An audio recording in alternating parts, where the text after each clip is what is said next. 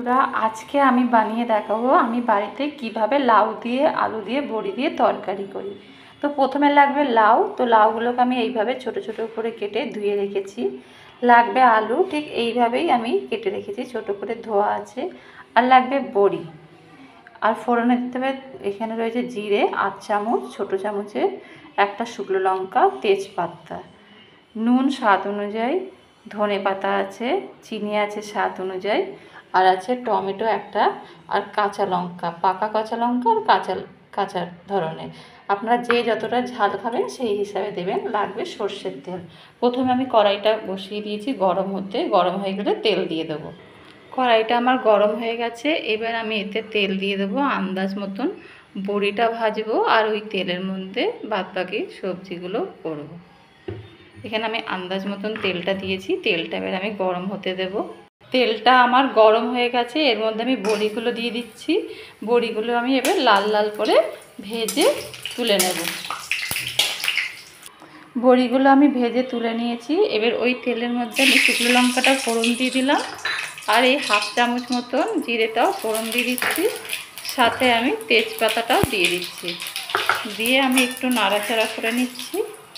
এইবার যে কাটা আলুটা রেখেছিলাম, আলুটা আমি এর মধ্যে দিয়ে দিচ্ছি। দিয়ে আমি একটু ভাজা ভাজা করে নেব।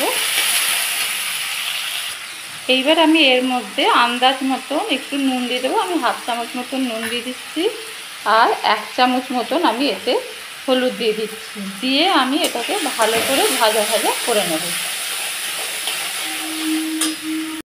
এইবার এর মধ্যে আমি এই গোটা কাঁচা লঙ্কাগুলোকে ভেঙে ভেঙে এরকম করে দিয়ে দিচ্ছি সব কটা। দিয়ে আবার একটু নাড়বো। তারপরে আমি এর মধ্যেই টমেটো কুচিটাও অ্যাড করে দেবো। দিয়ে আবার একটু নেড়ে চেড়ে নেবো। টমেটোটা নাড়তে নাড়তে গলেই যাবে। এবার আমি এর সাথে এই লাউটা রেখেছিলাম, এই লাউটা দিয়ে আমি ভালো করে কষিয়ে কষিয়ে নেব।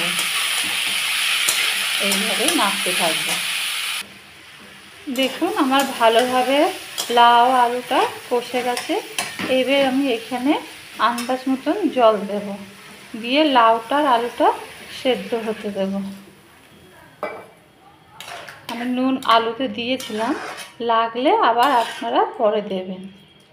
এবার আমি এটাকে ফুটতে দেব আর ঢাকা দিয়ে দেব।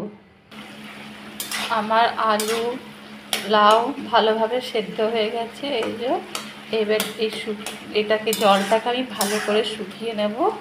আর এদিকে যে বড়িটা রয়েছে, এটা এইভাবে হাতের সাহায্যে একটু ভেঙে ভেঙে নেব। নিয়ে এবার এর মধ্যে আমি দিয়ে দেব। এইবার আমি এই ভাঙা বড়িগুলো এর মধ্যে দিয়ে এইবার আমি ভালো করে নেড়ে নেব। আর ঝোলটা একদম ভালোভাবে যাতে শুকিয়ে যায়। এবার আমি এর মধ্যে একটু 1 চামচ মতন মিষ্টি দেব। এই ছোটো চামচের 1 চামচ মতন মিষ্টি দিলাম। আপনারা যে যতটা মিষ্টি দেবেন সেই হিসাবে। আর এটা নিরামিষ তরকারি, একটু মিষ্টি না দিলে ভালো লাগে না।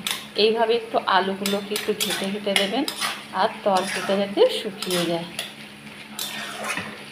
অনেকটা প্রায় শুকিয়ে এসছে। এবার আমি এর উপর থেকে ধনে পাতাগুলোও দিয়ে দেবো, দিয়ে ভালো করে নেড়ে চেড়ে নামিয়ে নেব। এইবার এই ধনে পাতাগুলো দিয়ে ভালো করে নেড়ে চেড়ে আমি নামিয়ে নেব। দেখুন তাহলে আমার একদম তৈরি হয়ে গেছে লাউ দিয়ে আলু দিয়ে বড়ি দিয়ে তরকারি। যদি আমার এই রেসিপিটা আপনাদের পছন্দ হয়ে থাকে তাহলে একটা লাইক আর সাবস্ক্রাইব অবশ্যই করে দেবেন।